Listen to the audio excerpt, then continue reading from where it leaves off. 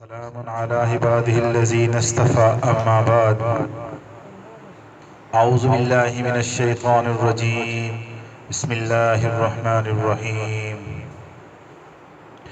أَوَمَنْ كَانَ مَيْتًا فَأَحْيَيْنَاهُ وَجَعَلْنَا لَهُ نُورًا يَمْشِي بِهِ فِي النَّاسِ سبحان ربك رب العزة عما يصفون وسلام على المرسلين والحمد لله رب العالمين اللهم صل على سيدنا محمد وعلى آل سيدنا محمد وبارك وسلم اللهم صل على سيدنا محمد وعلى آل سيدنا محمد وبارك وسلم۔ اعمال کی دو اقسام ہیں، اعمال کی دو قسمیں ہیں، ایک اعمال صالحہ اور ایک اعمال سیئہ یعنی اعمال بد۔ اعمال صالحہ نیک کاموں کو کہتے ہیں اور اعمال بد گناہوں کو کہتے ہیں۔ جو کام اللہ رب العزت کے حکموں کے مطابق ہو، نبی علیہ السلام کی سنت کے مطابق ہو، وہ اعمال صالحہ میں شامل ہے، اور جو کچھ اس کے علاوہ ہے وہ اعمال بد میں شامل ہے۔ انسان کے باطن پر اعمال کے اثرات مرتب ہوتے ہیں۔ ایک مرتبہ ایک صحابی نماز میں آ کے شریک ہوئے، مگر وضو میں کچھ کمی رہ گئی تھی۔ نبی علیہ السلام نے نماز سے سلام پھیرا، پھر ارشاد فرمایا کون ہے جس کی وجہ سے ہماری نماز کے اندر اثر ہوا؟ محدثین نے یہاں سے ایک نقطہ لکھا ہے کہ وضو میں کمی رہ جائے جو ایک ظاہری عمل ہے، اس کا بھی اثر ہوتا ہے، اس کا بھی انسان کی اعمال پہ اثر ہوتا ہے، انسان کے باطن پہ اثر ہوتا ہے، اور اگر ساتھ والے کے عمل ہو اس کا بھی اثر انسان کے باطن پہ ہوتا ہے، اور اگر انسان خود کوئی اعمال بد کرے، برا عمل کرے، تو یقیناً اس کا انسان کے باطن پہ برا اثر پڑتا ہے۔ حدیث پاک میں آیا ہے کہ جب بھی انسان کوئی گناہ کرتا ہے اس کے دل پہ سیاہ داغ لگ جاتا ہے۔ اگر سچی توبہ کر لی وہ مٹ جاتا ہے، اگر توبہ نہ کرے اور دوسرا گناہ کر لے تو دوسرا داغ لگ جاتا ہے، اگر بالکل توبہ نہ کرے تو یہ سیاہی گناہوں کے ساتھ اتنی بڑھتی چلی جاتی ہے کہ انسان کا دل سیاہ ہو جاتا ہے۔ اس کو دل کا زنگ کہا جاتا ہے، دل کی سیاہی کہا جاتا ہے۔ اسی لیے قرآن مجید میں اس کی دلیل بھی ملتی ہے، کَلَّا بَلْ رَانَ عَلَىٰ قُلُوبِهِمْ مَا كَانُوا يَكْسِبُونَ، ہرگز نہیں بلکہ جو عمل یہ کرتے ہیں اس نے ان کے دلوں پہ زنگ چڑھا دیا ہے۔ اب استغفار کی کثرت سے یہ سیاہی دھل جاتی ہے، جبکہ غفلت اور گناہوں سے یہ سیاہی بڑھتی جاتی ہے۔ جب انسان نے کلمہ نہیں پڑھا ہوتا، جو کافر ہوتے ہیں ان کا دل تو بالکل سیاہ ہوتا ہے، اور جس نے کلمہ پڑھ لیا اس کا دل نور ایمان سے لبریز ہو جاتا ہے، روشن ہو جاتا ہے۔ اللہ تعالیٰ کو کفر سے اور کافری سے ذاتی عداوت ہے، ذاتی دشمنی ہے، جبکہ ایمان سے اور مومن بندوں سے اللہ تعالیٰ کو ذاتی محبت ہے۔ اسی لیے ارشاد فرمایا اللہ ولی الذین آمنوا، اللہ تعالیٰ دوست رکھتے ہیں ایمان والوں کو۔ آداب شہانہ کا تقاضا تو یہ تھا کہ یوں فرمایا جاتا ایمان والے ہمارے دوست ہیں، ایمان والے ہمارے دوست ہیں، مگر اس نسبت کو اللہ رب العزت نے اپنی طرف پسند فرمایا۔ سبحان اللہ، بندوں پہ وہ کتنے کریم ہیں، کتنے رحیم ہیں کہ نسبت اپنی طرف فرمائی۔ اس نسبت کی اللہ تعالیٰ کے ہاں بڑی قیمت ہے۔ اللہ تعالیٰ کے ہاں انسان دو طرح کے ہوتے ہیں، وہ ذات جس نے تمہیں پیدا کیا بس تم میں سے کافر بھی ہیں اور تم میں ایمان والے بھی ہیں۔ گویا اس اعتبار سے بندوں کی تقسیم دو طرح سے ہے۔ کفار کے دلوں پہ ظلمت کا یہ عالم ہوتا ہے کہ قرآن مجید میں ان کے لیے ایک عجیب مثال بیان فرمائی۔ پھر ان کی مثال ایسے ہے جیسے کسی گہرے سمندر میں پھیلے ہوئے اندھیرا، کہ سمندر کو ایک موج نے ڈانپ رکھا ہے جس کے اوپر ایک اور موج ہے اور اس کے اوپر بادل۔ اب غور کیجئے، سمندر میں جب تلاطم آتا ہے تو لہروں کے اوپر لہریں اٹھ رہی ہوتی ہیں۔ اگر اس وقت آسمان کے اوپر بادل بھی ہوں تو سمندر کی تہ میں اتنا اندھیرا ہوتا ہے کہ آدمی کو اپنا ہاتھ نظر نہیں آتا۔ اسی لیے قرآن مجید نے کفار کے دلوں کی کیفیت بیان کی کہ ان کی مثال ایسے ہے جیسے سمندر میں لہروں کے اوپر لہریں ہیں اور آسمان کے اوپر بادل ہیں اور وہ نیچے اپنا ہاتھ بھی ان کو دکھائی نہیں دیتا، یعنی اتنا اندھیرا ہے۔ یہ کافر کی دل کی حالت ہوتی ہے۔ دیکھیں، اگر اللہ تعالیٰ اتنی بات بھی فرما دیتے کہ اللہ تعالیٰ دوست ہیں ایمان والوں کے، یہ بات بھی معنی کے اعتبار سے مکمل ہو جاتی ہے، مگر ایک بات اور فرما دی، آگے فرمایا جس سے بات مزید کھل کے سامنے ہو آگے، یخرجوہم من الظلمات الی النور، اللہ تعالیٰ ان کو اندھیروں سے روشنی کی طرف نکال کے لے جاتے ہیں۔ چونکہ اللہ تعالیٰ مومن کا اندھیرے میں رہنا پسند نہیں فرماتے، اس لیے اللہ رب العزت نے قرآن مجید میں فرمایا الف لام را کتاب انزلناہ الیک، الف لام را، اے پیغمبر یہ کتاب جو ہم نے تم پہ نازل کی ہے، لتخرج الناس، تاکہ آپ نکالیں انسانوں کو، من الظلمات الی النور، اندھیروں سے روشنی کی طرف۔ گویا قرآن اندھیروں سے نکال کے روشنی کی طرف لے جانے والی کتاب ہے۔ اللہ رب العزت جن بندوں سے محبت فرماتے ہیں ان کو اندھیروں سے نکال کے روشنی میں لے کے جاتے ہیں، اور یہ روشنی ایمان والوں کو نصیب ہوتی ہے۔ کلمہ پڑھنے سے بندے اللہ رب العزت کے ساتھ ایک خصوصی نسبت قائم کر لیتے ہیں، ایک خصوصی تعلق قائم کر لیتے ہیں۔ کہ دوسرے لفظوں میں یہ کہہ سکتا ہوں کہ جب بندہ کلمہ پڑھتا ہے تو اس کو اللہ رب العزت کے ساتھ دوستی کا تعلق پیدا ہو جاتا ہے، جس کو عمومی ولایت کہتے ہیں۔ ہر بندہ، ہر مومن اللہ کا دوست ہے۔ دیکھیں، جس نے کلمہ پڑھ لیا، اللہ کو اپنا رب مان لیا، اللہ کو اپنا خالق مان لیا، اللہ کو اپنا مالک مان لیا، تو پھر وہ اللہ کا دوست ہوا۔ دشمن تو کافر ہے جو اللہ کو نہیں مانتا، اللہ کی بڑائی کو نہیں مانتا۔ تو جب بندہ کلمہ پڑھ لیتا ہے تو اللہ تعالیٰ کے ساتھ ایک خصوصی نسبت قائم ہو جاتی ہے۔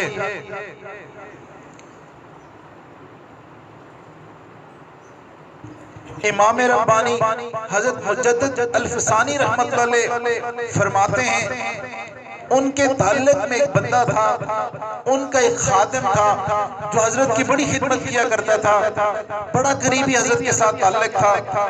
اس کے بھائی کی موت کا وقت قریب آیا، جو خادم تھا اس کے بھائی کی موت کا وقت قریب آیا، وہ حضرت کے پاس آیا کہ حضرت میرے بھائی کے اوپر آخری وقت ہے، کسی بھی لمحے اس کی موت واقع ہو سکتی ہے، آپ مہربانی کریں، آپ مجھ پہ شفقت کریں، تھوڑی دیر کے لیے میرے ساتھ چلے جائیں، آپ تو جواد ڈالیں گے، اس کی دل کی ظلمت ختم ہو جائے گی، اس کی شاید موت اچھی ہو جائے۔ اب وہ حضرت کا بڑا قریبی خادم تھا، حضرت اس کے ساتھ چلے گئے، اس کے گھر میں گئے، وہاں اس خادم کے بھائی پہ توجہات ڈالی، بڑی دیر تک توجہ ڈالتے رہے، پھر اس کے بعد انہوں نے محسوس کیا کہ اس بندے کی دل کی ظلمت ختم نہیں ہو رہی، اس بندے کی دل کے اوپر کیفیت بدل نہیں رہی، جس طرح پہلے ظلمت تھی اسی طرح ظلمت ہے۔ اب بڑے حیران ہوئے، اللہ کی طرف متوجہ ہوئے کہ یا اللہ، جب بھی آپ کے فضل کے ساتھ کسی پہ توجہات ڈالی ہیں اس کی دل کی حالت آپ تبدیل فرما دیتے تھے، اس کی دل کی ظلمت ختم ہو جاتی تھی، لیکن یہاں کیا معاملہ ہے؟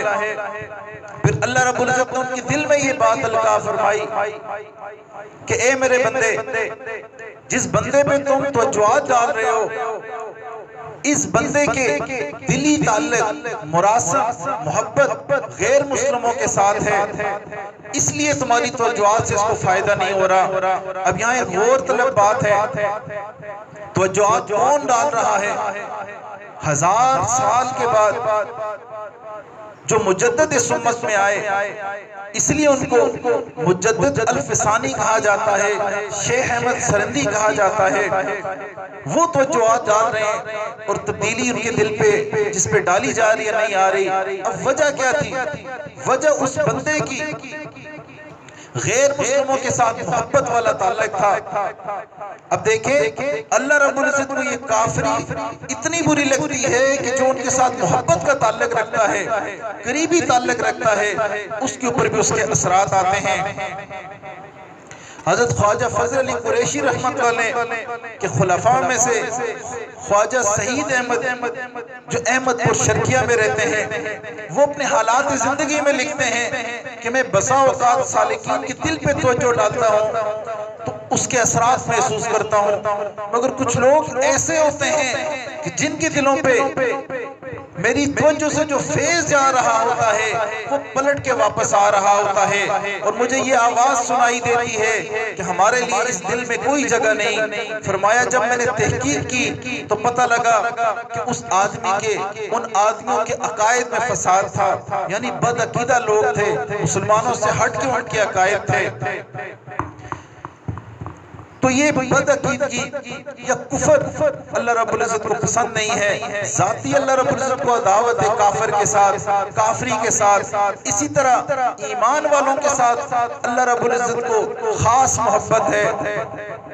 اب یہ دیکھیں یہ جو ایک نسبت قائم ہو جاتی ہے اس کے اثرات دیکھیں۔ جس کسی کو نسبت حاصل ہو جاتی ہے کسی کے ساتھ بھی وہ اس نسبت کی لاج رکھتا ہے۔ ایک مرتبہ حضرت یوسف علیہ السلام کے پاس قحط کے دور میں ایک بندہ آیا، ایک نوجوان آیا غلہ لینے کے لیے۔ اس کو حضرت یوسف علیہ السلام کے خادموں نے بھی پہلے غلہ عطا کر دیا تھا، اس کے بعد حضرت یوسف علیہ السلام نے بھی اس کو غلہ دے دیا، لیکن اس بندے نے، اس نوجوان نے حضرت یوسف علیہ السلام کے کان میں کوئی بات کہی۔ حضرت یوسف علیہ السلام اتنے خوش ہوئے کہ جی بھر کے اس کو غلہ دیا، جبکہ اس وقت ایک پیمانہ طے تھا کہ ایک بندے کو اس مقدار میں غلہ ملے گا، لیکن اس نوجوان کو حد سے زیادہ حضرت یوسف علیہ السلام نے غلہ عطا کر دیا، انتہائی انعامات دیے، اعزاز کے ساتھ رخصت کر دیا۔ اسی وقت اللہ رب العزت نے وحی نازل کی، اے میرے پیارے پیغمبر آپ نے اس لڑکے پہ اتنا زیادہ اکرام کیوں کیا؟ اب حضرت یوسف علیہ السلام عرض کرتے ہیں رب کریم میں نے ابتدا میں اس کو وہ حصہ دیا جو اس کا بنتا تھا، لیکن اس نے مجھے بتایا میں وہ لڑکا ہوں جس نے بچپن میں آپ کی پاک دامنی کی گواہی دی تھی۔ اس بات کو سن کے میرا دل اتنا خوش ہوا، محبت میں تڑپ اٹھا کہ آج وہ لڑکا جس نے بچپن میں میری پاک دامنی کی گواہی دی تھی بے حال ہو کے میرے پاس آیا ہے، میرے پاس کچھ لینے آیا ہے، تو اس کو میں اتنا عطا کروں جتنا میرے بس میں ہو۔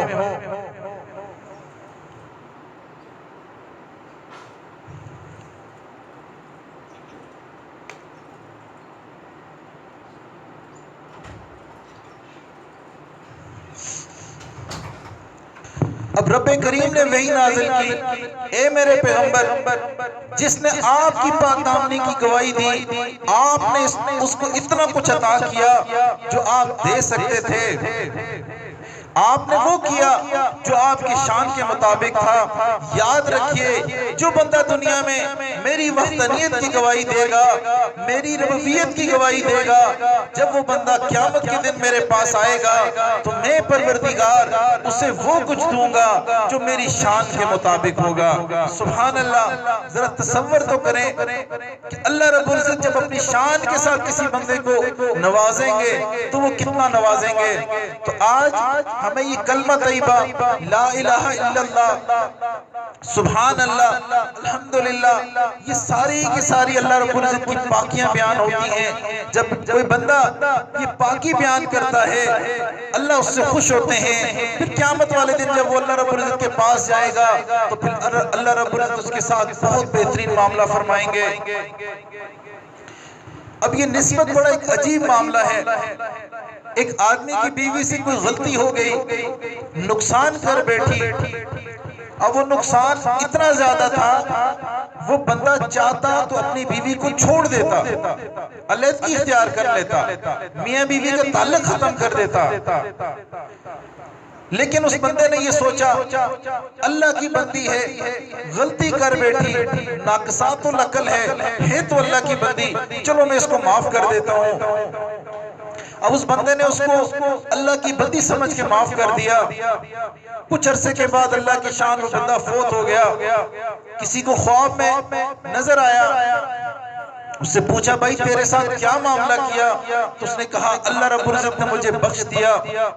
اب اس پوچھنے والے نے سوال کیا کیا معاملہ بنا، کس عمل کی وجہ سے بخش دیا؟ تو اس بندے نے جواب دیا میری بیوی سے غلطی ہو گئی تھی، اگر اس کو میں سزا دیتا، اس کو میں طلاق دیتا تو میں حق بجانب تھا، لیکن میں نے اس کو اللہ کی بندی سمجھ کے اس نسبت سے کہ یہ اللہ کی بندی ہے معاف کر دیا۔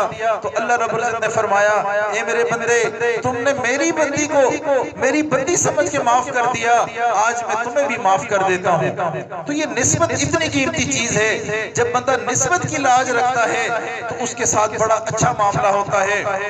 اب ایمان والوں کو اللہ رب العزت کے ساتھ ایک نسبت کا تعلق ہے، یہ نسبت کی قدر و قیمت اللہ کے ہاں بہت زیادہ ہے۔ بندے تو سبھی اللہ کے ہیں، لیکن جس نے کلمہ پڑھ لیا وہ بندہ اللہ رب العزت کے ساتھ ایمان کی نسبت کے ساتھ جڑ گیا۔ اب دیکھیں بات کو سمجھتے ہیں کہ اس نسبت سے مرتبہ کیسے بڑھ جاتا ہے۔ ایک اینٹوں کے بٹے پہ دو اینٹیں پکتی ہیں اور کوئی بندہ اس کو خرید لیتا ہے، ایک کو لا کے مسجد کے صحن میں لگا دیتا ہے اور دوسری اینٹ کو بیت الخلاء میں لگا دیتا ہے۔ اب اینٹیں ایک جیسی ہیں، ایک آدمی لے کے آیا، قیمت بھی ایک جیسی ہے، اب لگانے والا کاریگر بھی ایک جیسا ہے، ایک کو نسبت ہو جاتی ہے مسجد کے ساتھ، ایک کو نسبت ہو جاتی ہے بیت الخلاء کے ساتھ۔ اب جس کو مسجد کے ساتھ نسبت ہو جاتی ہے بندہ اس کے اوپر جوتوں کے ساتھ نہیں چلتا، بلکہ اپنی پیشانی وہاں پہ ٹیک رہا ہوتا ہے، سجدہ کر رہا ہوتا ہے، اور اسی کے ساتھ جو اینٹ جس کو نسبت بیت الخلاء کے ساتھ ہوتی ہے وہاں پہ ننگے پاؤں جانا نہیں پسند کرتا۔ اب کیا ہوا؟ اینٹیں تو ایک جیسی ہیں، ایک ہی جگہ سے مٹی سے لی ہوئی ہیں، ایک ہی قیمت سے، ایک ہی قیمت کی ہیں، ایک ہی بٹے سے لائی ہوئی ہیں، ایک ہی کاریگر اس کو لگا رہا ہے۔ یہاں جو قیمت بڑی، جو مرتبہ بڑا، وہ نسبت کا مرتبہ تھا۔ جس اینٹ کو نسبت ہو گئی مسجد کے ساتھ اس کا مرتبہ بڑھ گیا۔ فقہاء نے ایک مسئلہ لکھا ہے، اگر قرآن مجید پہ ایک گتا جوڑ دیا جائے، عام سا گتا، وہ اس کا جز بن جائے تو جس طرح لکھے ہوئے کاغذ کو بے وضو بندہ نہیں چھو سکتا، اس گتے کو بھی بے وضو نہیں چھوا جا سکتا، اس کو بھی وضو کر کے چھوا جائے گا۔ اب کوئی آدمی یہ سوال کرے، کوئی طالب علم یہ سوال کرے کہ حضرت گتا تو قرآن کا حصہ نہیں ہے، اس کو فقہاء یہ جواب دیں گے بے شک آپ نے صحیح کہا، قرآن کے کاغذ الگ ہیں، یہ گتا الگ ہے، لیکن اب اس کی نسبت قرآن کے ساتھ ہو گئی ہے، اب یہ قرآن کے ساتھ جڑ گیا ہے، لہٰذا جس طرح قرآن مجید کے کاغذوں کو آپ، حروف کو آپ بے وضو نہیں چھو سکتے، اسی طرح اس گتے کو بھی آپ بے وضو نہیں چھو سکتے۔ سیدنا عیسیٰ علیہ السلام اللہ رب العزت کی جلیل القدر پیغمبر ہیں. روز محشر جب آپ کی قوم کی باری آئے گی، نصرانیوں کی باری آئے گی، تو اللہ رب العزت فرمائیں گے کہ یہ نصرانی کہتے ہیں کہ ہمیں ہمارے پیغمبر نے یہ کہا تھا کہ مجھے یعنی حضرت عیسیٰ علیہ السلام کو اور میری ماں کو اللہ کے ساتھ شریک بناؤ اور معبود بنا لو. اب حضرت عیسیٰ علیہ السلام جواب میں سچ فرمائیں گے کہ اے اللہ میں نے تو ان کو یہ نہیں کہا. پھر بڑی عجیب و غریب بات فرمائیں گے، اے اللہ اگر تو ان کو عذاب دے تو وہ تیرے ہی بندے ہیں. حضرت عیسیٰ علیہ السلام فرمائیں گے اگر تو ان کو عذاب دے تو وہ تیرے ہی بندے ہیں. سبحان اللہ. یہاں یہ نہیں کہا اے اللہ اگر آپ ان کو عذاب دیں تو یہ جھوٹے ہیں، جبکہ وہ قوم جھوٹ بول رہی تھی کہ ہمیں ہمارے پیغمبر نے کہا کہ میری اور میری ماں کی عبادت کرو، ہمیں معبود بنا دو. لیکن حضرت عیسیٰ علیہ السلام فرما رہے ہیں اگر تو ان کو عذاب دے دے تو وہ تیرے ہی بندے ہیں. یہاں نسبت تیرے ہی بندوں کے ساتھ جوڑی. اب وجہ کیا تھی؟ حضرت عیسیٰ علیہ السلام کی امت تو ہے وہ نا، اگر وہ گناہوں میں پڑی ہوئی ہے، گناہ انہوں نے کیے، ان کا حساب ہو رہا ہے، لیکن حضرت عیسیٰ علیہ السلام کو اپنی امت کے ساتھ محبت تو ہے کہ ہے تو میری ہی امت، گناہوں میں پڑی ہوئی ہے. لہٰذا یہاں پہ انہوں نے اسی طرح فرمایا کہ یہ تیرے ہی بندے ہیں. پھر فرمایا اے اللہ اگر تو ان کو مغفرت کر دے تو یقیناً تیرا اقتدار بھی کامل ہے اور حکمت بھی کامل ہے. اب غور کریں، وہ امت لے کے کیا آئی؟ گناہ لے کے آئی، جھوٹ لے کے آئی، بہتان لے کے آئی، لیکن اس کے باوجود حضرت عیسیٰ علیہ السلام اس نسبت کی وجہ سے کہ ان کی محبت ان کی امت تھی تو یہ سفارش فرما رہے ہیں.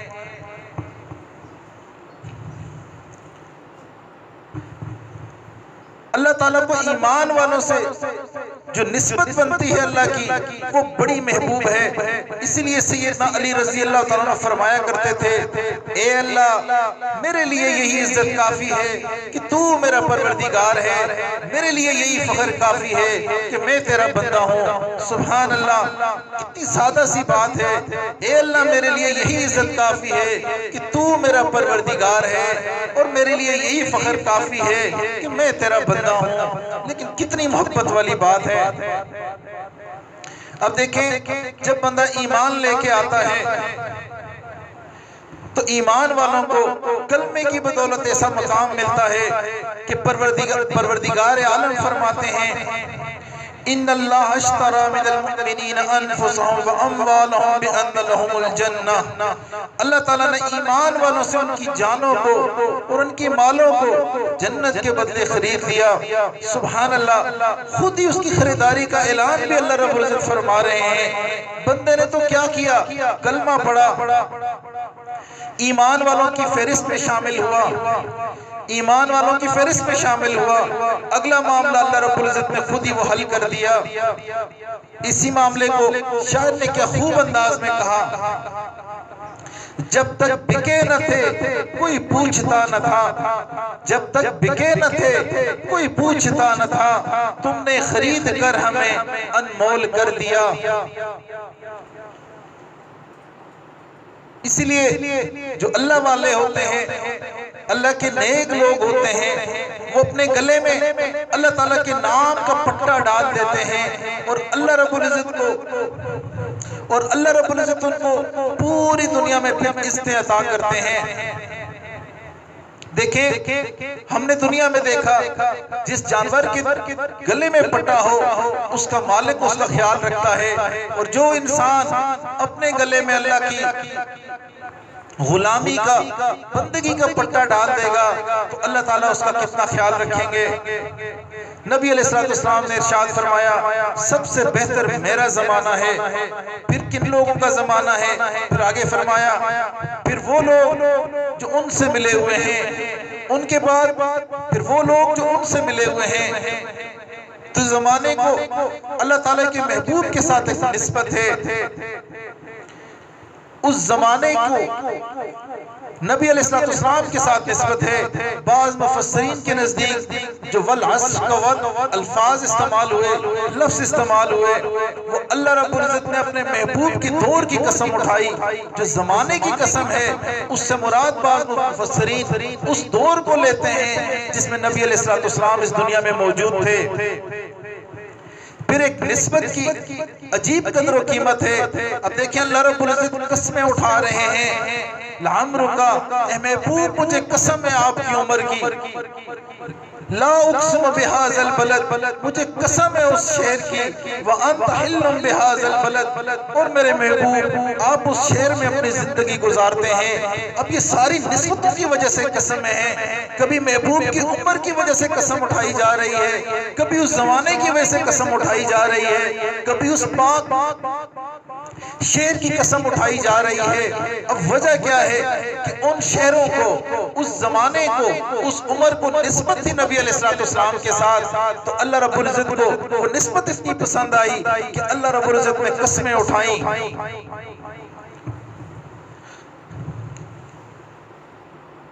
ایک واقعہ ہے، ایک اللہ والے گزرے ہیں حکیم ترمذی رحمت والے، اللہ رب العزت نے ان کو دین کا بھی حکیم بنایا تھا اور دنیا میں بھی حکمت کرتے تھے۔ ترمذ کے رہنے والے تھے اور آپ بہت بڑے محدث تھے، طبیب بھی تھے، جیسے آج کل ڈاکٹر ہوتے ہیں، اس دور میں طبیب لوگ ہوتے تھے، حکمت کرتے تھے، اور اللہ رب العزت نے آپ کو بڑا حسن جمال عطا کیا تھا، اتنے حسین تھے کہ کوئی دیکھ لے تو فریفتہ ہو جاتا تھا، اور اس کے ساتھ ساتھ اللہ رب العزت نے ان کو باطنی حسن جمال بھی دیا ہوا تھا۔ اپنے علاقے میں ان کو خوب قبولیت تھی۔ ایک وقت ایک دن ایسا ہوا، این جوانی کے دور میں یہ اپنی کلینک پہ بیٹھے ہوئے تھے، ایک خاتون آئی، پردے کے اندر تھی، یک دم اس نے اپنا پردہ کھول لیا، چہرہ کھول لیا، اور اس کے کہنے لگی کہ میں آپ پہ فریفتہ ہوں، موقع کی تلاش میں تھی، آج موقع ہے، میری خواہش پوری کر لیں۔ جیسے یہ بات سنی تو حضرت پہ اتنا خوف طاری ہو گیا کہ آپ رونا شروع ہو گئے۔ وہ اتنا روئے کہ وہ عورت شرمندہ ہو کے اس کلینک سے نکل کے چلی گئی۔ وقت گزرتا گیا، حضرت یہ بات بھول گئے۔ ایک وقت آیا، حضرت کے بال سفید ہو گئے، مصلی پہ بیٹھے ہوئے ہیں، اچانک دل میں خیال آیا، حکیم ترمذی اب نفسی خیال لا رہا ہے، جب تم جوان تھے تمہیں ایک موقع ملا تھا گناہ کا، اگر تم گناہ کا موقع اویل کر لیتے تو آج توبہ کر لیتے۔ گویا نفس اس کو کہہ رہا تھا کہ تم نے ایک مس کو مس کر دیا۔ اب جیسے یہ خیال آیا پھر رونا شروع کر دیا، اپنے نفس کو کوسنا شروع کر دیا کہ آج تمہارا کیا حال ہے، جب تم جوان تھے تمہارے اندر طاقت تھی، جوانی کا عالم تھا، تمہیں خاتون گناہ کی دعوت دے رہی تھی، اس وقت تو یہ حال تھا کہ تم رونا شروع ہو گئے، آج تمہارے بال سفید ہیں، مصلی کے اوپر بیٹھے ہوئے ہو اور تمہیں وہ گناہ کا خیال آ رہا ہے۔ اب اس روتے روتے حضرت کی آنکھ لگ گئی، خواب میں نبی علیہ السلام کا دیدار ہوا۔ اللہ کے نبی علیہ السلام نے پوچھا، حکیم ترمذی کیوں رو رہے ہو؟ تو انہوں نے عرض کیا، اے اللہ کے نبی علیہ السلام، جوانی میں جب میری طاقت خوب تھی، شباب تھا، اللہ کا مجھ پہ اتنا فضل تھا، مجھے گناہ کی دعوت دی گئی تو مجھ پہ اللہ کا خوف غالب آ گیا، میں نے رونا شروع کر دیا، دعوت دینے والی شرمندہ ہو کے چلی گئی، اور آج میرے نفس کا یہ عالم ہے، بال سفید ہو گئے، میرا نفس مجھے کہتا ہے تو گناہ کر لیتا، تو گناہ کر لیتا، آج میرا دل اتنا سیاہ ہو گیا ہے۔ تو پھر اللہ کے نبی علیہ السلام نے فرمایا، نہیں ایسا معاملہ نہیں ہے، بات یہ ہے کہ جب آپ کو اس عورت نے گناہ کی دعوت دی تھی وہ زمانہ میرے زمانے کے ساتھ متصل تھا، قریب تھا، آج اتنا وقت گزر گیا، اس دور میں آج جب تمہارے نفس نے تمہیں اس بات پہ دوبارہ یاد دہانی کروائی، اس وقت کا دور اس دور سے بعد میں تھا، یعنی جب گناہ کی دعوت تھی وہ دور نبی علیہ السلام کے دور کے قریب تھا، اور جب آج تم اس گناہ کو یاد کر رہے ہو وہ دور میرے دور سے دور ہے۔ اب سوچیں اس زمانے کو بھی نبی علیہ السلام کے ساتھ نسبت ہے، سب سے بہترین دور اللہ کے نبی علیہ السلام کا ہے، اس کے بعد ان کے ساتھ جو متصل دور ہے، پھر اس کے بعد ان سے ساتھ جو متصل دور ہے، جیسے جیسے وقت گزرتا جا رہا ہے یہ نسبت کم ہوتی جا رہی ہے، ہم قیامت کے قریب ہوتے جا رہے ہیں، اور آج ہم دیکھیں تو طرح طرح کے گناہ ہمارے سامنے نظر آ رہے ہیں، طرح طرح کے وبال ہمارے سامنے ہیں، طرح طرح کے ایمان کے خطرے ہمارے سامنے ہیں۔ اب یہ جو نسبت ہوتی ہے اس نسبت کا سلف صالحین بڑی قدر کرتے تھے۔ حضرت عمر رضی اللہ تعالیٰ عنہ اپنی خلافت کے دور کے اندر انہوں نے اپنے بیٹے عبداللہ بن عمر کی تنخواہ مقرر کی، لیکن وہ تنخواہ تھوڑی کم مقرر کی۔ ان کے مقابلے میں ایک اور صحابی ہیں اسامہ بن زید رضی اللہ تعالیٰ عنہ، ان کی تنخواہ زیادہ متعین۔ اب جو حضرت اسامہ ہیں وہ حضرت اسامہ جو ہیں وہ اللہ کے نبی علیہ السلام کے منہ بولے بیٹے تھے، اور یہ جو زید جو تھے وہ اللہ کے نبی علیہ السلام کے منہ بولے بیٹے تھے، اب یہ اسامہ ان کے بیٹے تھے۔ اب جب ان کا زیادہ مشاہرہ متعین ہوا تو حضرت عبداللہ بن عمر اپنے والد گرامی کے پاس آئے، عرض کیا امیر المومنین اے ابا جان، اللہ رب العزت نے علم کے اعتبار سے، فضل و کمال کے اعتبار سے مجھے زیادہ مرتبے والا بنایا، مجھے بڑھا دیا، لیکن آپ نے میرا مشاہرہ، میری تنخواہ اسامہ بن زید سے کم مقرر کی، بات سمجھ نہیں آئی، سمجھا دیں۔ اب امیر المومنین جواب میں فرماتے ہیں بیٹے اسامہ تیری نسبت اللہ کے زیادہ محبوب ہے، اور اسامہ کا باپ تیرے باپ کی نسبت نبی علیہ السلام کو زیادہ محبوب تھا، اس لیے میں نے اسامہ کا زیادہ مشاہرہ مقرر کیا۔ گویا وہ نسبت کا لحاظ رکھ رہے تھے، اور انسان اگر اس نسبت کا لحاظ رکھے تو بعض دفعہ اللہ رب العزت اس کے ساتھ بہت ہی فضل والا معاملہ فرما دیتے ہیں۔ کتابوں میں حضرت جنید بغدادی رحمۃ اللہ کا واقعہ لکھا ہے، یہ شاہی پہلوان تھے، وقت کے بادشاہ کے یہ شاہی پہلوان تھے، اور بڑے مضبوط قسم کے پہلوان تھے، ان کا ڈنکا بجتا تھا۔ اب ذرا سوچیں وقت کا بادشاہ کسی مضبوط پہلوان کو شاہی پہلوان کہے گا کہ جس کا کوئی مقابلہ نہ کر سکے۔ پھر بادشاہ نے اعلان کروایا ہوا تھا جو بندہ بھی میرے شاہی پہلوان کو گرائے گا اس کو میں اتنا اتنا انعام دوں گا۔ بہت بڑی رقم رکھی ہوئی تھی، پہلوان آتے ہار جاتے، جنید جیت جاتا۔ ایک دفعہ ایسے ہوا کہ اسی علاقے میں ایک سادات خاندان تھا، ان کے اوپر فقر و فاقہ تھا، وہ کمزور سا بندہ تھا۔ اس نے یہ اعلان سنا، اس نے سوچا کہ میں مقابلہ کر لیتا ہوں،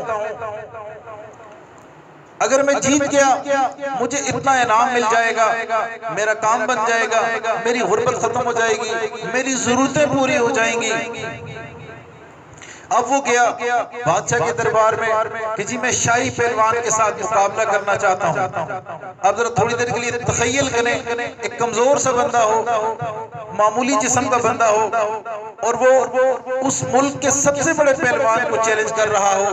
اب بادشاہ حیران، بادشاہ بھی اس کو سمجھا رہا ہے وہ اللہ کے بندے تم مقابلے میں آؤ گے ہار جاؤ گے، کیا ضرورت ہے مقابلہ کرنے کی؟ لیکن وہ بندہ اپنی جگہ پہ پکا رہا، نہیں بادشاہ سلامت میں شاہی پہلوان کے ساتھ مقابلہ کروں گا۔ بادشاہ نے مجبور ہو کے تاریخ دے دی، بڑی بات پھیلی کہ بھئی ایک بندے نے شاہی پہلوان کو چیلنج کیا ہے، بادشاہ بھی وقت کے مطابق وہاں پہنچ گیا۔ اب اکھاڑے میں جب دونوں پہلوان آمنے سامنے ہوئے، پنجہ لڑانے لگے، وہ جو سادات خاندان کا بندہ تھا، اس نے جنید کے کان میں بات کی، دیکھ جنید، تو رستم زماں ہے، پوری دنیا میں اس ملک میں تیرے ساتھ کوئی نہیں لڑ سکتا، اور مجھے بھی پتا ہے کہ تم جیت جاؤ گے، میں سادات خاندان سے ہوں، تمہیں تو مشاہرہ ملتا ہے، تمہاری تنخواہ ملتی ہے، میرے اوپر فقر کا عالم ہے، میرے گھر میں فقر ہے، تم ایسے کرو آج ہار جاؤ، تم ہار جاؤ گے تو اللہ کے نبی کی نسبت کی وجہ سے ہارو گے تو اللہ تمہارا اکرام کرے گا۔ اب جنید نے جب یہ باتیں سنی، اب اس وقت عالم یہ تھا کہ اگر وہ الٹا ہاتھ بھی ہلا دیتے تو وہ پہلوان گر جاتا، لیکن یکدم جنید کے دل میں یہ بات آئی، جنید رحمت اللہ کے دل میں یہ بات آئی کہ آج میں اپنی عزت کو نہیں دیکھتا، میں اپنے شاہی پہلوان ہونے کو نہیں دیکھتا، آج میں اللہ کے نبی کی نسبت دیکھتا ہوں، یہ اللہ کے نبی کے خاندان سے ایک بندہ ہے، اس نے مجھے اس نسبت کا واسطہ دیا ہے۔ تھوڑی دیر پنجہ لڑانے کے بعد جنید خود گر گئے، اب وہ بندہ ان کے سینے پہ آ کے بیٹھ گیا کہ بادشاہ سلامت میں نے پہلوان کو گرا دیا۔ اب بادشاہ کے لیے بڑا عجیب و غریب قسم کا معاملہ تھا، اس نے کہا نہیں کوئی ضرور مسئلہ ہوا ہے، دوبارہ مقابلہ ہوگا، دوبارہ مقابلہ ہوا، تھوڑی دیر کے بعد جنید رحمت اللہ پھر گر گئے، اب وہ بندہ اس کے سینے پہ، تو بادشاہ نے جو انعام و اکرام کا وعدہ کیا تھا وہ تو پورا کر دیا، وہ بندہ چلا گیا۔ اب جنید رحمت اللہ کو بڑی بےعزتی کی ان کی، یہاں تک کہا کہ میرا دل کرتا ہے کہ میں تمہارے گلے میں جوتوں کا ہار ڈالوں، پورے ملک میں پھراؤں کہ تم ایک عام بندے سے ہار گئے، پہلوان سے ہارے تو پھر اتنی بڑی بات نہیں ہوتی، تم تو ایک عام بندے سے ہار گئے۔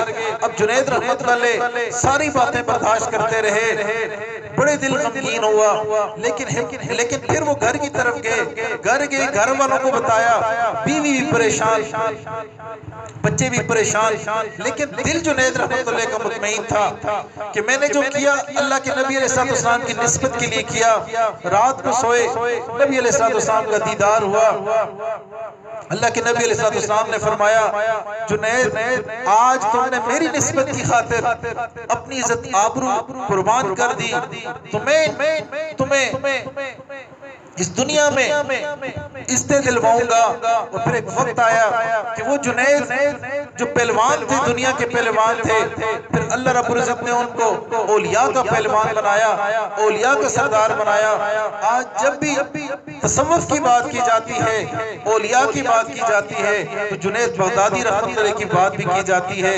کتنا عرصہ گزر گیا لیکن جنید بغدادی رحمت اللہ کی شان و شوکت برقرار ہے، آج تک ان کا نام لیا جاتا ہے۔ اب یہ ان کو مقام کہاں سے ملا کہ انہوں نے نسبت کی لاج رکھی تھی، تو جو بھی نسبت کی لاج رکھتا ہے اس کے ساتھ بڑا اچھا معاملہ ہوتا ہے۔ اب دو صاحب نسبت بزرگ تھے، یعنی دونوں اپنے وقت کے اولیاء تھے۔ ایک بزرگ نے سوچا کہ میں اپنے دوست کو ملنے جاؤں، پھر خیال آیا کہ تحفہ لے کے جانا سنت ہے، اس سے محبت بڑھتی ہے۔ جب انہوں نے تھوڑی دیر مزید سوچا تو ان کو سمجھ آئی میرے پاس تو کچھ بھی نہیں ہے جو میں لے کے جاؤں۔ کافی دیر سوچتے رہے، پھر وہ جنگل میں گئے، جنگل میں لکڑیاں کاٹی، لکڑیاں کاٹ کے ساتھ سر کے اوپر انہوں نے لکڑیاں رکھی اور اپنے دوست کو ملنے چلے گئے۔ جب وہاں پہنچے دوسرے صاحب نسبت بندے نے بھی بڑا اکرام کیا۔ جب جو لکڑیاں لے کے آئے تھے انہوں نے بتایا کہ یہ میں آپ کے لیے تحفہ لایا ہوں، ہدیہ لایا ہوں لکڑیاں، تو اب اس نسبت کا کتنا اکرام کیا کہ جن کے لیے تحفہ لے کے گئے تھے انہوں نے وہ لکڑیاں لی، اہل خانہ کو دی، ساتھ وصیت کی کہ جب میں مر جاؤں میری میت کو غسل دیا جائے گا جس پانی سے، اس پانی کو لکڑیوں کے ساتھ جلا کے گرم کیا جائے کہ یہ ایک صاحب نسبت بندہ میرے لیے تحفہ لے کے آیا تھا۔ آپ یقین مانیے جو لوگ اس نسبت کو سمجھتے ہیں، اس نسبت کی قدر کو سمجھتے ہیں، تو پھر اس کا بڑا خیال رکھتے ہیں۔ ابھی جو تصوف میں ایک لفظ استعمال ہوتا ہے کہ یہ صاحب نسبت بندہ ہے، اس سے مراد کیا ہوتی ہے کہ ان کے دلوں کے اندر ایک نسبت کا نور ہوتا ہے۔ اب یہ اس سے اللہ رب العزت اس بندے کو، اس صاحب نسبت بندے کو شریعت کے اوپر استقامت نصیب فرما دیتے ہیں۔ ایک اور نقطہ یہاں سمجھنے کا، یاد رکھیے تصوف کا مقصد کوئی رنگ دیکھنا نہیں، کوئی کشف حاصل کرنا نہیں، کوئی کرامات حاصل کرنا نہیں، مقدمے فتح کرنا نہیں ہے، کوئی دعاؤں کا قبول ہونا نہیں ہے، یا نمازوں کے اندر ایک خاص کیفیت حاصل کرنا نہیں ہے، بلکہ تصوف کا بنیادی مقصد شریعت پر استقامت ہے کہ انسان تصوف میں محنت کرے، اللہ کا ذکر کرے کہ یہاں تک اس کو نسبت مل جائے، یعنی اللہ رب العزت کے ساتھ ایک خاص تعلق بن جائے اور وہ شریعت پہ چلنے والا بن جائے۔ اب یہ نسبت اتنی قیمتی چیز ہے کہ جس بندے کو اس کا احساس پیدا ہو جاتا ہے کہ اللہ کے ساتھ نسبت کتنی اہم چیز ہے تو وہ کمر بستہ ہو جاتا ہے۔ ایک شیخ نے نسبت کی اہمیت بتاتے ہوئے فرمایا کہ اگر انسان کی، زندہ انسان کی جلد کو چھری سے اتار لیا جائے، اس کو جتنی تکلیف ہوگی، وہ تکلیف ہونا اتنی بڑی بات نہیں ہے، لیکن اگر وہ تکلیف نسبت کے لیے برداشت کی ہے تو نسبت کا مل جانا زیادہ بہتر ہے۔ یہ خاص تعلق ہوتا ہے، جیسے دیکھیں بادشاہوں کے خاص جو بندے ہوتے ہیں جن کو خاص قرب حاصل ہوتا ہے، تو ان کو عام بندے جب دیکھتے ہیں، ہم جیسے بندے دیکھتے ہیں تو ہمیں بڑا ایک ان میں اٹریکشن نظر آتی ہے کہ یہ بادشاہ کے خاص بندے ہیں۔ اب اگر ہم میں سے کسی کو اللہ رب العزت کے ساتھ خاص تعلق مل جائے، ولایت خاصہ مل جائے، تو یہ کتنی بڑی بات ہے۔ اب دو چیزیں ہیں، ایک ہے ولایت، ایک ہے نبوت۔ نبوت وہ بھی چیز ہے جس کو اللہ رب العزت نے عطا کرنی تھی، عطا کر دی، اور اللہ کے نبی علیہ السلام پہ وہ سارا نبوت کا معاملہ ختم ہو گیا، وہ خاتم النبیین ہیں۔ لیکن جو یہ ولایت ہے یہ کسبی چیز ہے، یعنی بندہ کوشش کرے حاصل کر سکتا ہے۔ اس کی مثال ایسی ہے کہ اگر کوئی بندہ، کوئی نوجوان یہ کوشش کرے کہ میں نے باڈی بلڈنگ کرنی ہے تو وہ جم جوائن کرتا ہے، محنت کرتا ہے، ایکسرسائزز کرتا ہے، ڈائٹ کا خیال کرتا ہے، چند مہینوں کے اندر اس بندے کی فزیک بن جاتی ہے، وہ باڈی بلڈر لگنے لگتا ہے۔ اسی طرح جو انسان کی روح ہے، جب انسان اس پہ محنت کرتا ہے، ذکر و اذکار کرتا ہے، گناہوں سے بچنے کی زندگی گزارتا ہے، اپنی زندگی میں سے گناہوں کی کھوٹ کو نکال دیتا ہے، شریعت کے اوپر استقامت سے چلتا ہے، اور جن کے ساتھ اس کا تعلق ہوتا ہے وہ جس طرح اس کو چلاتے ہیں، اس کو وظائف دیتے ہیں، ذکر اذکار دیتے ہیں، بندہ کرتا رہتا ہے، اللہ سے مانگتا رہتا ہے، ایک وقت آتا ہے اللہ تعالیٰ اس بندے کو بھی صاحب نسبت بنا دیتے ہیں، اپنا ولی بنا دیتے ہیں۔ اللہ تعالیٰ سے دعا ہے اللہ تعالیٰ ہمیں اس نسبت کے مقام کو سمجھنے کی توفیق عطا فرمائے، اور اپنی زندگی کے مقاصد میں سے ایک مقصد بنانے کی توفیق عطا فرمائے، تاکہ ہم جو زندگی میں دنیا میں مختلف مقاصد کے پیچھے پھر رہے ہیں، اس میں سے ہم سب سے اہم مرتبہ اس کو دیں، اہم پریورٹی اس کو دیں، تاکہ ہم میں سے ہر بندہ صاحب نسبت بن جائے، اللہ کے ساتھ خصوصی تعلق والا بن جائے۔ وآخر دعوانا الحمدللہ رب العالمین۔ توبہ کے کلمات پڑھ لیتے ہیں، میں بھی توبہ کی نیت کرتا ہوں، آپ لوگ بھی توبہ کی نیت کر لیں۔ یہ توبہ ہر بندے کے لیے ضرورت ہے، گناہگار کے لیے بھی، نیک کے لیے بھی، ہر بندے کے لیے۔ تو میں بھی توبہ کی نیت کرتا ہوں، آپ لوگ بھی توبہ کی نیت کر لیں اور میرے ساتھ یہ کلمات پڑھتے جائیں۔ مستورات اتنی آواز میں پڑھیں کہ باہر آواز میں۔ بسم اللہ الرحمن الرحیم۔ لا الہ الا اللہ محمد الرسول اللہ۔ آمنت باللہ وملائکتہ وکتبہ ورسلہ والیوم الآخر والقدر خیرہ وشرہ من اللہ تعالی والبعث بعد الموت آمنت باللہ کما ہوا باسمائہ وصفاتہ وقبلت جمیع احکامہ اقرار باللسان وتصدیق بالقلب اشہد ان لا الہ الا اللہ واشہد ان محمدا عبدہ ورسولہ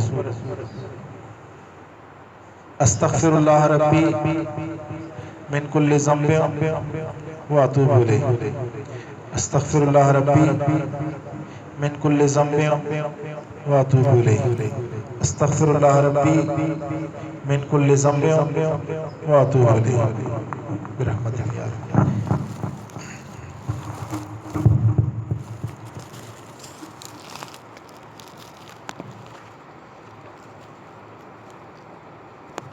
یہ توبہ کے کلمات پڑھنے سے ہم توبہ طائب ہو گئے۔ کچھ معاملات ہیں، معاملات ہم کریں گے تو انشاءاللہ ہمارے توبہ پہ جڑے رہیں گے۔ اللہ کے ساتھ نسبت کے تعلق کی محنت یا اللہ کے ساتھ دوستی کے لیے پہلا قدم یہ توبہ کے کلمات ہیں۔ اب کچھ اعمال ہیں ہم نے کرنے ہیں، کچھ معاملات ہیں تو انشاءاللہ ہم آگے بڑھتے جائیں گے۔ سب سے پہلا ہمارا 100 دفعہ صبح 100 دفعہ شام کو استغفر اللہ ربی من کل ذنب واتوب الیہ توبہ 100 دفعہ صبح 100 دفعہ شام درود شریف اللہم صلی علی سیدنا محمد وعلی آل سیدنا محمد وبارک وسلم۔ تیسرا کام تلاوت قرآن مجید، ایک پارہ ہو بہت اچھا، نہیں تو آدھا پارہ، ایک رکوع، کچھ نہ کچھ تلاوت لازمی کریں اور حفاظ حضرات اپنا منزل کے حساب سے پڑھیں۔ چوتھا کام ہاتھ سے کام کاج کریں، دل اللہ رب العزت کی یاد کی طرف لگا رہے۔ انسان نے اس دنیا میں مختلف کام کرنے ہوتے ہیں، ہاتھوں سے کام کاج کرتے رہیں لیکن دل اللہ کی طرف متوجہ رہے۔ جیسے طلباء کے لیے تو بات سمجھنا آسان ہے، جب پیپر ہوتے ہیں بندہ کھانا بھی کھا رہا ہوتا ہے اور پیپر بھی سوچ رہا ہوتا ہے کہ کل پیپر ہے۔ تو جو کھیلنے والے بچے ہیں وہ اپنے میچ کے فائنل کی فکر میں ہوتے ہیں، گھر میں باتیں بھی کر رہے ہوتے ہیں، میچ کا فائنل بھی چل رہا ہوتا ہے کہ کل کھیلوں گا میں جا کے۔ خواتین کے لیے یہ بات سمجھنی آسان ہے، جس ماں کا بچہ شہر سے باہر گیا ہو یا جاب کے لیے گیا ہو اور آنے والا ہو تو اس ماں کو پتہ ہوتا ہے کہ اب میرا بیٹا آ رہا ہے، وہ دن گن رہی ہے۔ گھر میں برتن دھونے پڑ جائیں، برتن بھی دھوئے گی، روٹی پکانی ہو روٹی بھی پکائے گی، لیکن دل اپنے بیٹے کی یاد کی طرف ہی لگا رہے۔ اسی طرح ہم بھی اپنے کام کرتے رہیں لیکن دل تو جو اللہ رب العزت کی طرف لگائے رکھے۔ ہاں جو پڑھنے پڑھانے والے لوگ ہیں وہ کیا کریں، پڑھنے سے پہلے تھوڑی دیر کے لیے اپنے دل پہ توجہ رکھیں اور دل کی توجہ اللہ کی طرف تھوڑی دیر کر کے پھر اس کے بعد پڑھتے رہیں۔ وہ بھی اس کو وقوف قلبی کہا جاتا ہے، جو چوتھا عمل ہے اس کو وقوف قلبی کہا جاتا ہے۔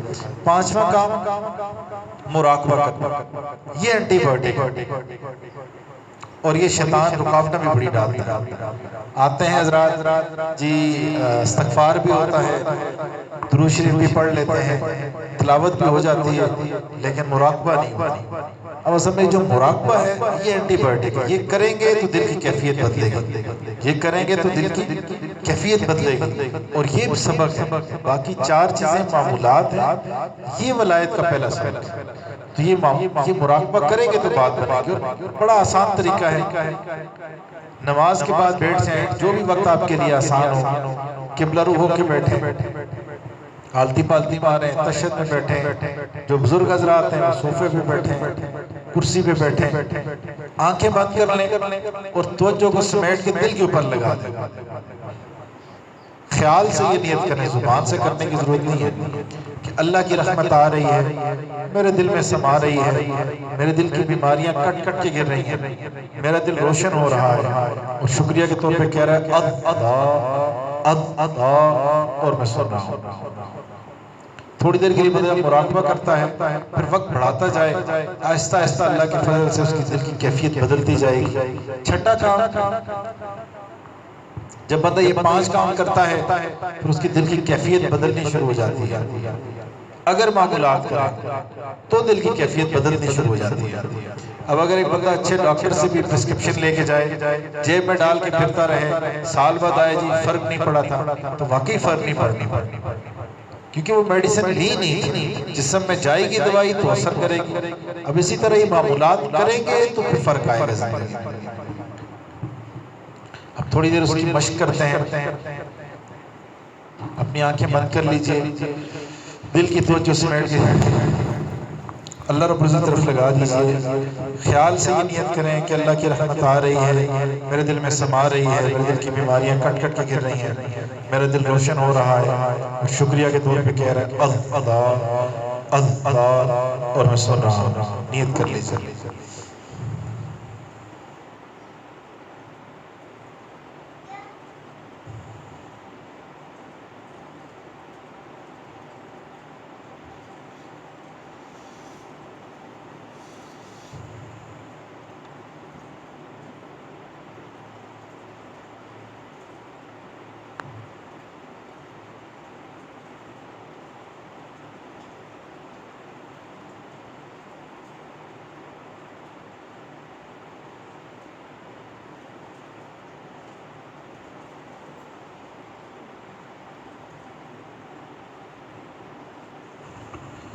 ہوا حرص والا دل بدل دے،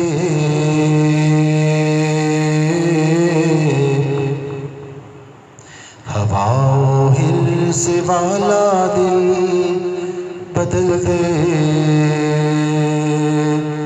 میرا غفلت میں ڈوبا دل بدل دے، بدل دے دل کی دنیا دل بدل دے.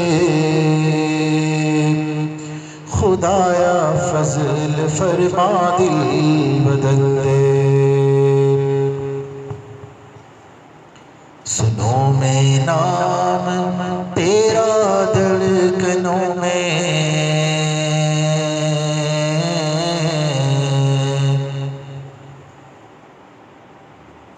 سنو میں نام تیرا دھڑکنوں میں.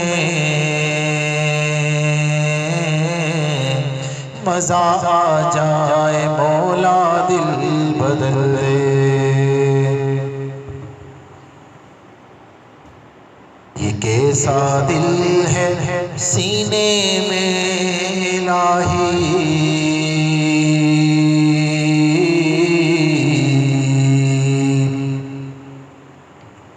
یہ کیسا دل ہے سینے میں الہی. یہ زندہ بھی ہے مردہ دل بدل دے.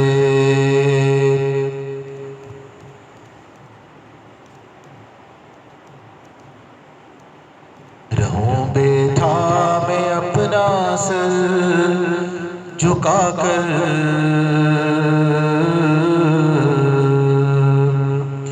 رہوں بیٹھا میں اپنا سر جھکا کر. سرور سا عطا کر دل بدل دے. جو دیدار تیرا روز محشر،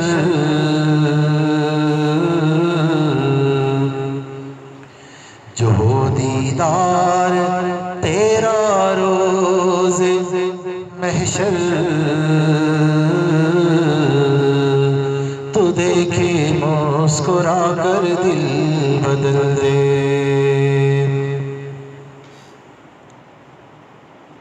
کروں قربان میں اپنی ساری خوشیاں، کروں قربان میں اپنی ساری خوشیاں. تو اپنا غم عطا کر دل بدل دے.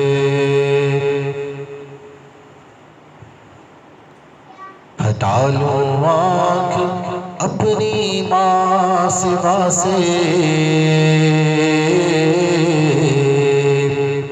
ہٹا لوں آنکھ اپنی ماں سوا سے، بنا لے اپنا بندہ دل بدل دے۔ میری فریاد سن لے میرے مولا،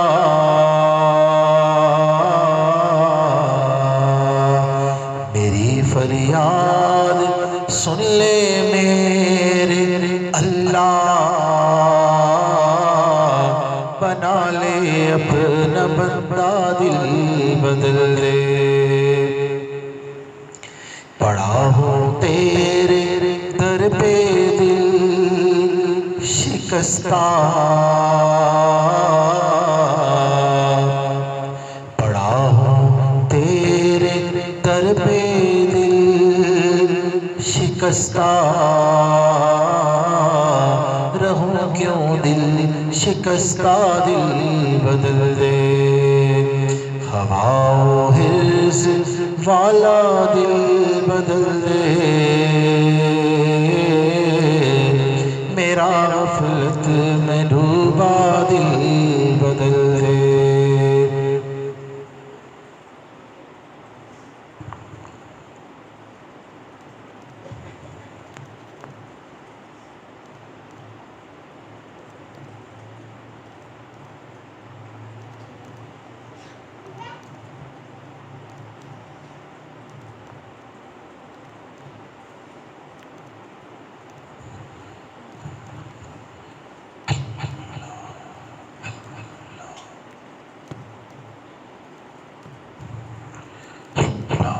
لا الہ الا اللہ محمد رسول اللہ۔ دعا کر لیجیے۔ سبحان ربی الاعلی الوہاب، اللہم صلی علی سیدنا محمد وعلی آل سیدنا محمد وبارک وسلم۔ اے اللہ، ہم آپ کے عاجز مسکین بندے ہیں، ہم پہ رحم فرما دیجئے، فضل فرما دیجئے، کرم فرما دیجئے۔ اللہ، بظاہر تیرے بندے ہیں لیکن حقیقت میں انتہائی گندے ہیں۔ اللہ، اپنا بندہ ہونے کی نسبت کی لاج رکھ دیجئے۔ اللہ، جیسے بھی ہیں تیرے بندے ہیں، تیرے نام لیوا ہیں۔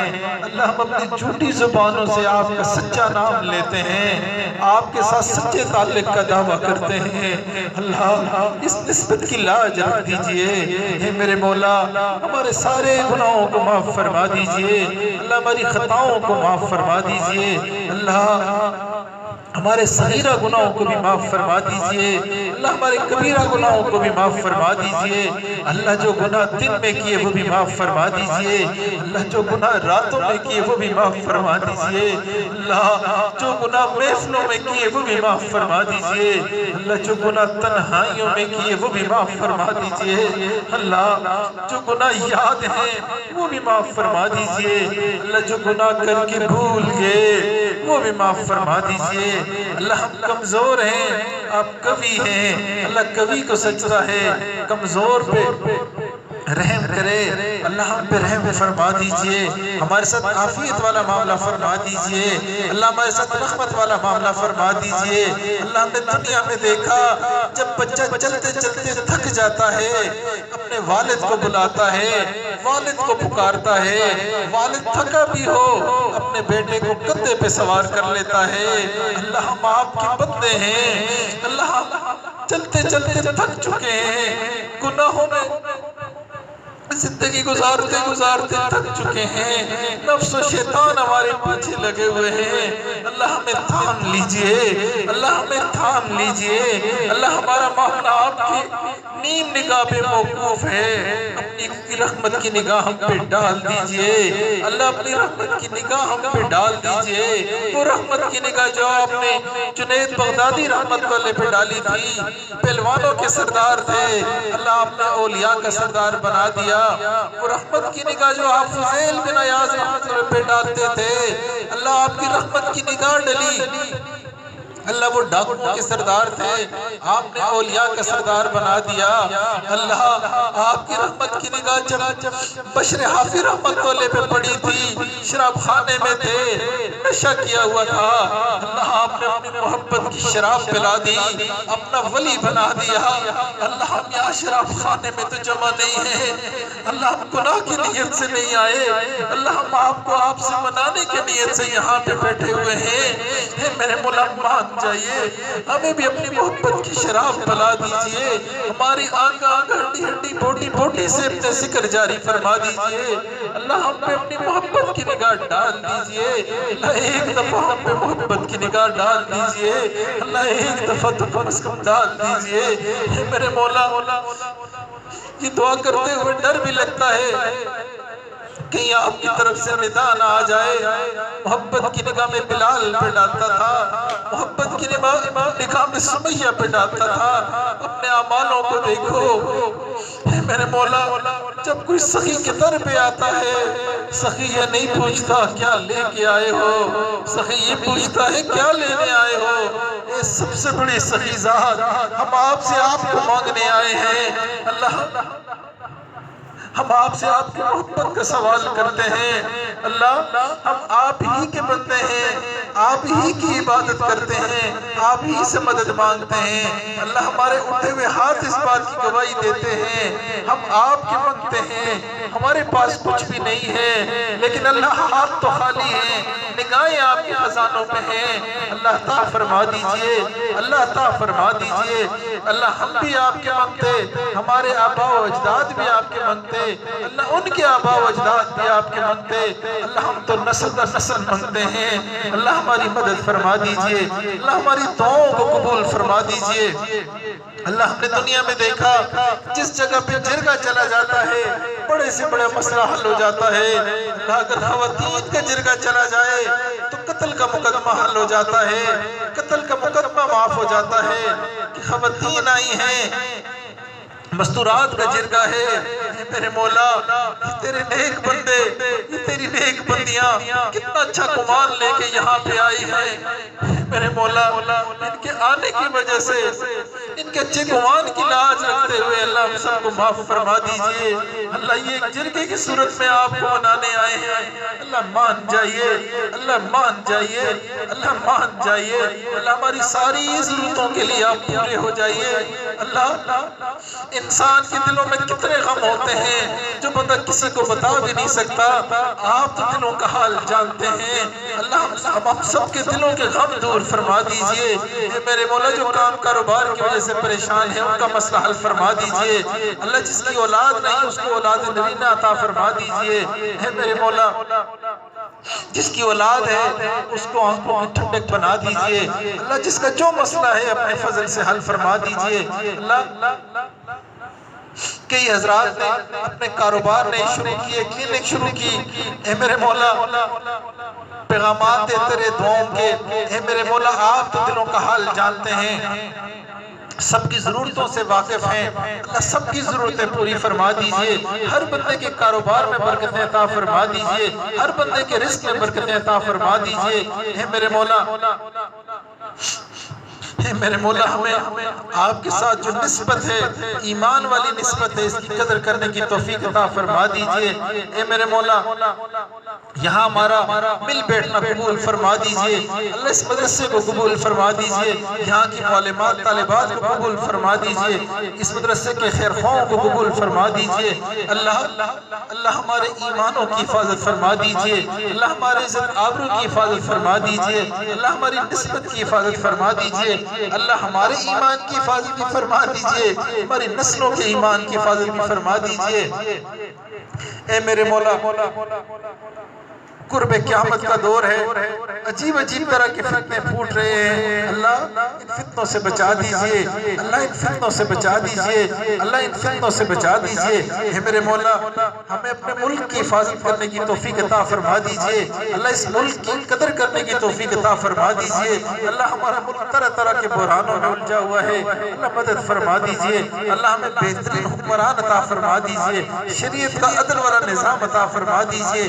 اللہ اس اس ملک کے دشمنوں کو ہدایت عطا فرما دیجئے اللہ، جن کے نصیب میں ہدایت نہیں ان کو چن چن کے دفع دور فرما دیجئے اللہ، علماء طلباء کی حفاظت فرما دیجئے، مساجد مدارس کی حفاظت فرما دیجئے، اے میرے مولا دعوت و تبلیغ کے کام کی حفاظت فرما دیجئے اللہ، جن خانقاہوں میں اللہ اللہ ہوتی ہے ان کی حفاظت فرما دیجئے اے میرے مولا نبی علیہ السلام نے سمت کے لیے جتنی بھی خیریں مانگی اللہ وہ ساری خیریں ہمیں عطا فرما دیجئے، جتنے شرور سے پناہ مانگی اللہ وہ سارے ان شرور سے ہمیں پناہ عطا فرما دیجئے اللہ، ہماری طرف سے ہمارے والدین کو بہترین اجر و بدلہ عطا فرما دیجئے اللہ، ہماری طرف سے ہمارے مشائخ کو بہترین اجر و بدلہ عطا فرما دیجئے اللہ، ہماری طرف سے ہمارے اساتذہ کرام کو بہترین اجر و بدلہ عطا فرما دیجئے اے میرے مولا اس دعاؤں میں جو کمی کوتاہی رہے گی اپنے فضل سے پورا فرما دیجئے وصلی اللہ تعالی علی خیر محمد وعلی آلہ وصحبہ اجمعین برحمتک یا ارحم الراحمین۔